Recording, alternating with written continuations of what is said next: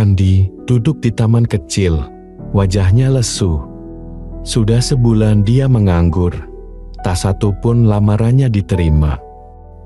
Aduh, cari kerja sekarang susah banget. Hari-hari udah ngelamar kesana kesini, tapi tetap aja nggak ada panggilan. Andi memegang perutnya yang keroncongan. Matanya tiba-tiba tertuju pada seorang pengemis tua. Dia melihat pengemis itu sedang menghitung uang yang banyak dari kalengnya. Alhamdulillah, rezeki hari ini cukup buat makan dan bayar kontrakan. Hah? Dari ngemis saja bisa dapat segitu banyak. Padahal dia cuma duduk di situ sambil minta-minta. Enak banget hidupnya. Kenapa gak gue coba juga ya? Daripada kelaparan. Tapi cocoknya apa ya buat gue? Kalau ngemis kesannya mengganggu. Apa mendingan gue coba minta-minta sumbangan ya? Pasti banyak yang ngasih secara ikhlas. Hehe, jenius juga gue.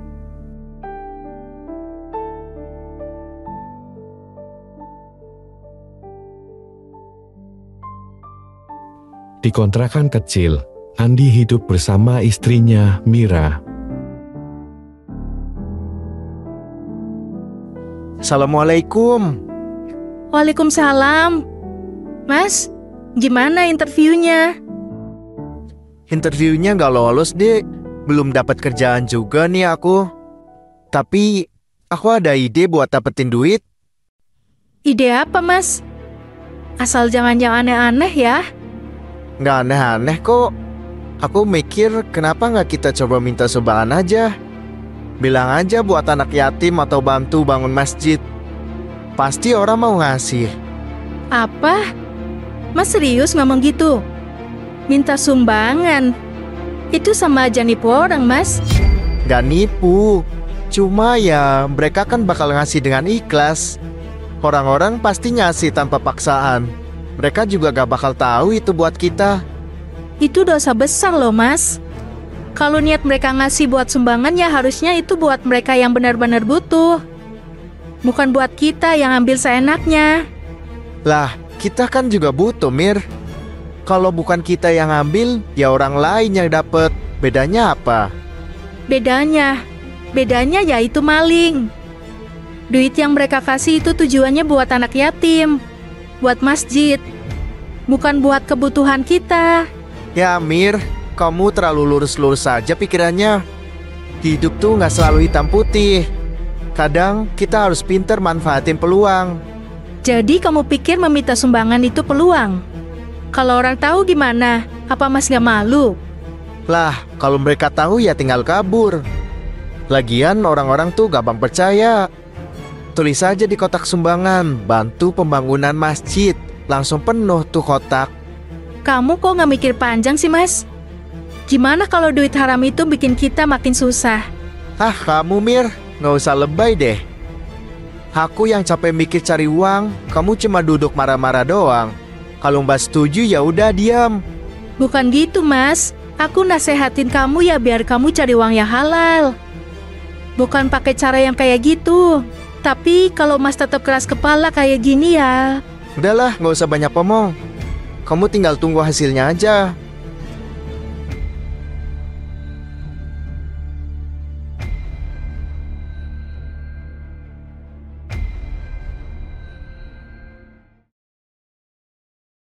Keesokannya, Andi bersiap-siap dengan mengenakan baju koko putih dan peci. Di tangannya, dia memegang kotak kardus sumbangan.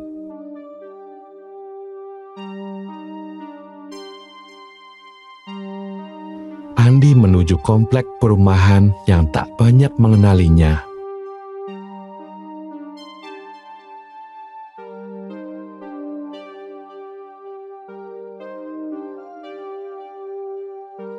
Assalamualaikum, Pak. Mohon maaf mengganggu. Saya dari yayasan kecil yang membantu anak yatim dan duafa. Kalau berkenan, mohon sumbangannya untuk mereka yang membutuhkan.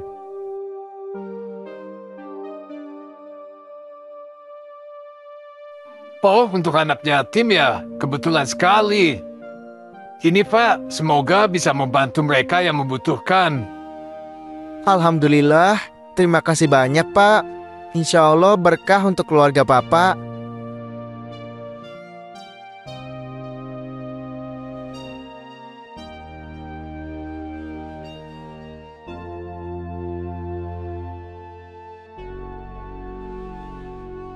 Assalamualaikum Mbak, mohon maaf mengganggu. Saya dari yayasan kecil yang mau membantu anak yatim dan duafa. Kalau berkenan, mohon sumbangannya untuk mereka yang membutuhkan ya Mbak. Waalaikumsalam. Oh, sebentar. Ini Pak, uangnya. Semoga lancar ya Pak. Terima kasih udah peduli dengan anak-anak yatim. Alhamdulillah, iya Mbak, terima kasih. Doakan kami terus supaya bisa membantu mereka.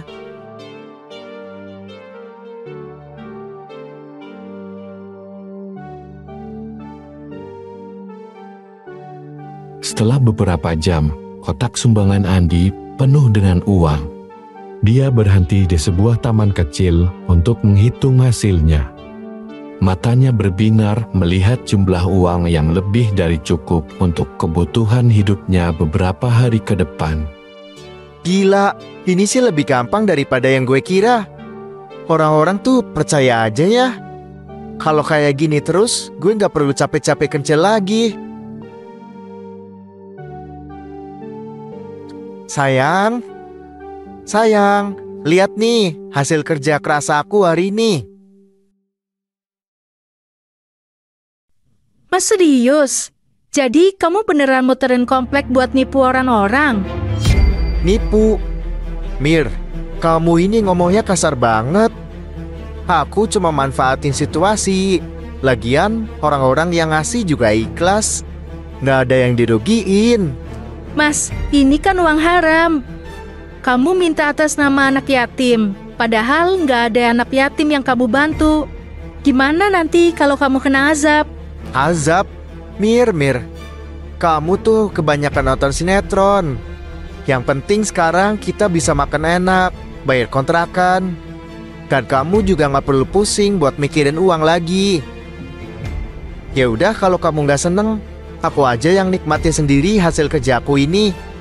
Tuh, duit buat masak.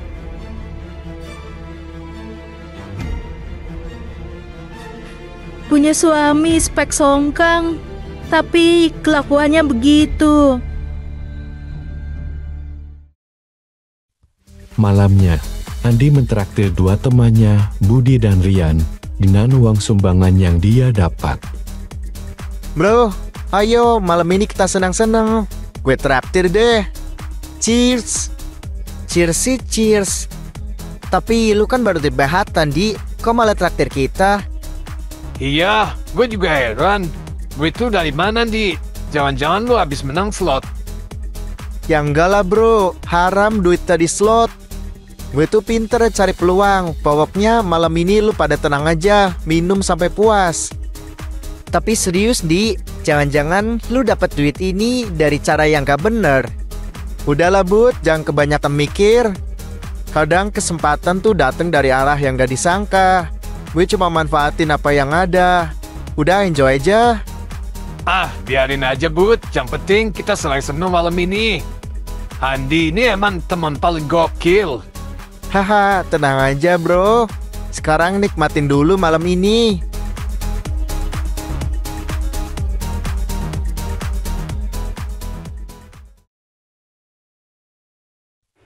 Setiap hari, Andi mengenakan pakaian muslim rapi, membawa kotak bertuliskan sumbangan, dan berkeliling komplek dengan suara lembut dan wajah penuh simpati. Dalam beberapa jam saja, kotak sumbangannya selalu penuh dengan uang. Namun, begitu malam tiba, wajah penuh simpati itu berubah menjadi sosok yang gemar bersenang-senang. Andi menghamburkan uang hasil tipu muslihatnya di diskotik-diskotik mahal.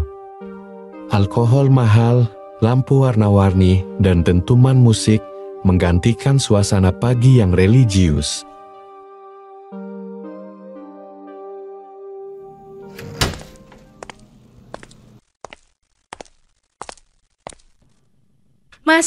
Ini jam berapa? Kok baru pulang? Bawa alkohol lagi. Santai aja, Mir. Aku cuma refreshing. Jangan tegang-tegang gitulah. Refreshing? Mas, kamu mabok-mabokan pakai uang yang didapat dari minta sumbangan atas nama anak yatim. Apa kamu gak mikir? Lagian siapa yang tahu sih, Mir? Uang itu kan udah di tangan aku. Terserah aku lah mau buat apa. Kamu sadar gak dosa yang kamu bawa ke rumah ini? Duit itu bukan rezeki kita. Kamu gak takut kalau Tuhan mengambil sesuatu yang berharga bagi kita? Aku ngelakuin ini ya biar kita gak kelaparan. Udahlah, Mir. Gue udah capek debat mulu. Gue mau istirahat.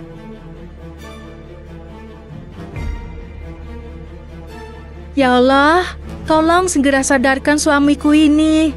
Semoga dia cepat bertaubat.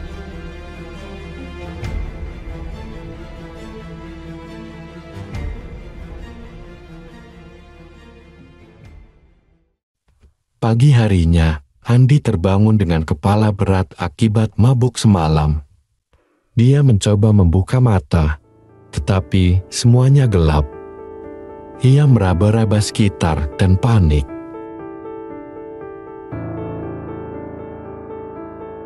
Mira, di mana kamu? Aku nggak bisa ngeliat. Gelap banget. Mas, kenapa teriak-teriak? Ada apa? Aku nggak bisa ngeliat, Mir. Semuanya gelap. Beneran, Mas? Jangan bercanda. Aku nggak bercanda, Mir. Aku benar-benar gak bisa ngeliat. Mungkin ini efek samping dari mabok semalam. Kita ke dokter sekarang ya.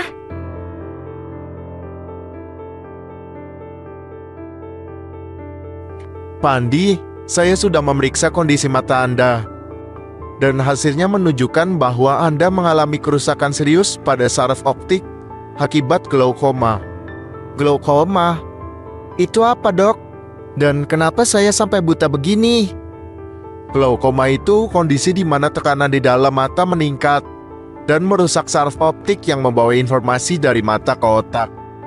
Pada kasus Anda, ini terjadi karena kebiasaan buruk seperti konsumsi alkohol yang berlebihan. Jadi ini karena Mas Andi terlalu sering mabuk.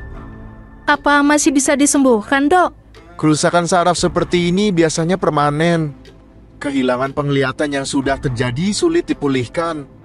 Namun, kita bisa mencegah agar kondisinya tidak memburuk dengan mengubah gaya hidup dan pengobatan yang teratur.